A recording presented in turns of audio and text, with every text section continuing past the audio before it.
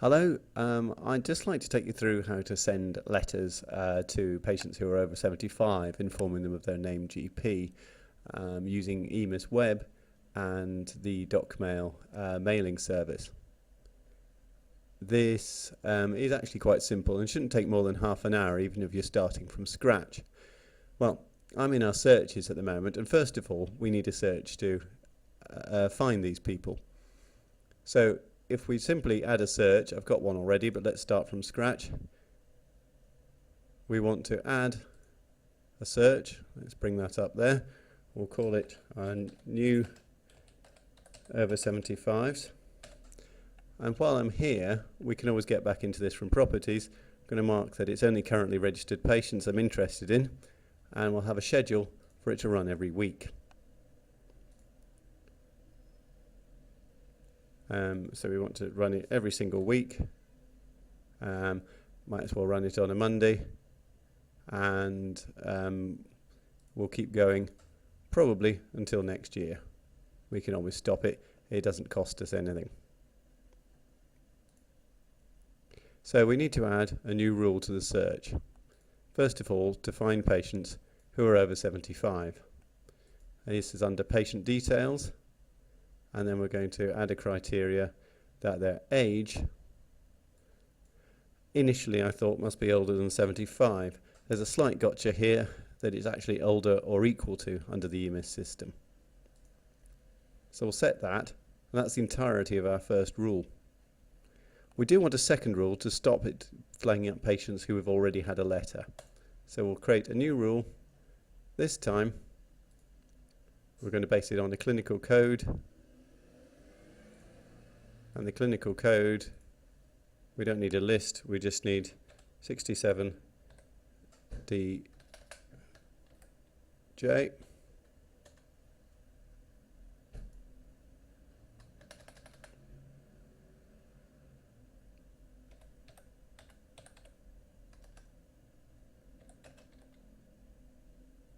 And that is 67 DJ. Or it doesn't come on there. So we'll put that into the list. Now we could add criteria to that to say that it's only after coming to this practice or only after a certain date, but I'm just going to leave it at that just now to keep things simple. As the search stands at the moment, it's going to include everyone in there who's had a letter, and we want to know the people who haven't. So let's have a look at these two areas over here. So for the second rule, if the rule's passed, that is they have the code on there, we want to exclude them from the result, and if the rule fails, we want to include them. And that is our search done. So we can save it and run it. I'd like to run that.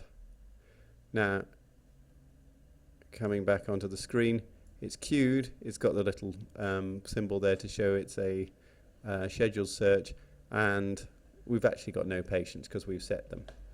So let's see how we'd actually produce the list of names and addresses. I've got a test patient search down here which we'll use, but ordinarily you'd use it on the search we've just created. We want to run a report, and we want patients and addresses. So let's run that. And it's come up at the bottom of the screen with the patients and addresses. Now, what we want to do, let's view the results. I'm going to come back up to this corner. It's because we've got these here, we've got some dummy data in, but we want to edit the report so we got the data that we actually want. So I'd have to keep pulling this back and forward. But actually, we don't want any of this. We want it all in little bits so it'll fit nicely in the letter. So we want title, given name, family name, or you can use calling name.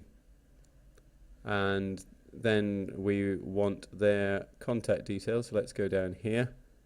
And we're simply ticking all these boxes. So we've got their full address that way. We probably want a couple of registration details as well. I like to put in their EMIS number and it will come up usefully later to have their NHS number. So let's save and run that report. That's at the top left of the screen. Sorry, I missed that off here. And now, when this is run, give it a couple of seconds to do so, we can look at the results and we can see that they're in here. The NHS number column's blank because these are all dummy patients. So we want to send that out in a way that we can actually send out. So let's export the report as a CSV. This is short for column separated values. I'd tick exclude report header because we'd want to get rid of it later on. And I'll save that as just as test. I can type.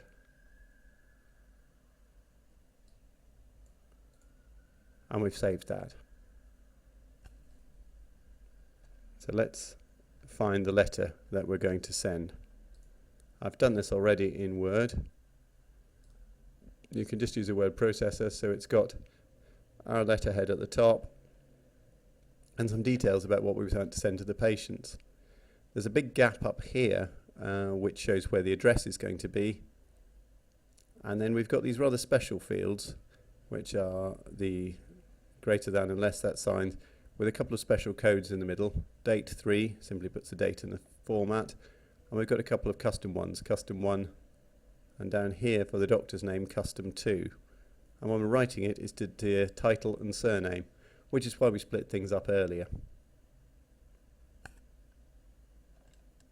Okay, so let's find that file that we saved. We called it test. Let's open that. On this computer, that opens in Excel, and we can see that we've got all our columns there.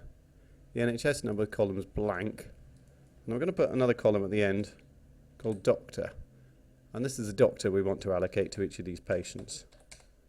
So let's call them Dr. Smith. You only have to put it in once. You can copy that and paste it all the way down the line. So then we've got our file, which we go back into and we save where we can find it. Excel doesn't particularly like CSV, so we have to reassure it we're not going to do anything stupid. I've opened Docmail at docmail.co.uk and I've logged in. If you don't have an account, you will need one. What I want to do here is create a mailing. It's going to be an A4 letter, so I'll just move this, and this is all very standard in there.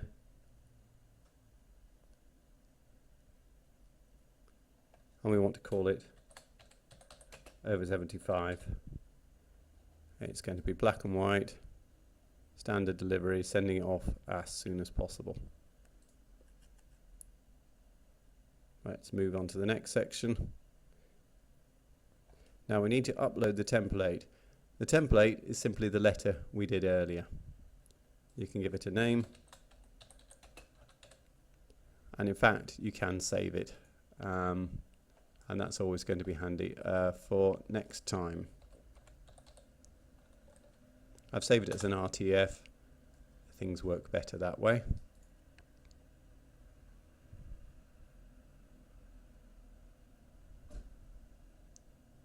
And it scans for the variables, and the variables are those fields we put in the brackets earlier. So there's a little thing of our letter. The next thing is to upload the address list.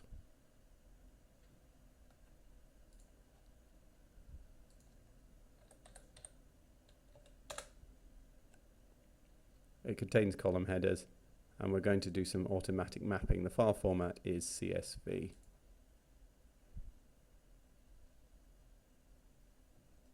So here it goes. It has a stab on doing this.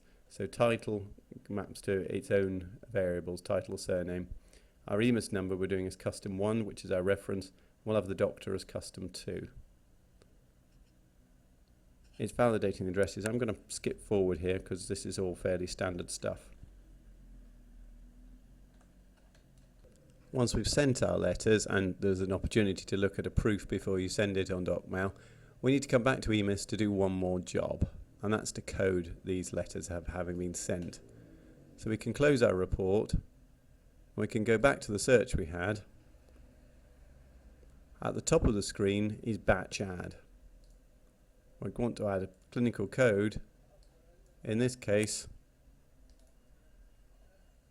we know it's 67DJ.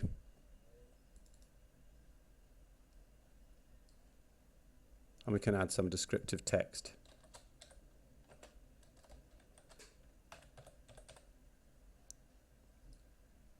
Put that, and we can OK that. We can put Dr. Smith in there as well. And then we need to select the population. And that's going to be included. And we might as well use my test subjects again. We can do that immediately. There's not a lot to see for that, but we find that if we then go into the consultation list and look at the care history,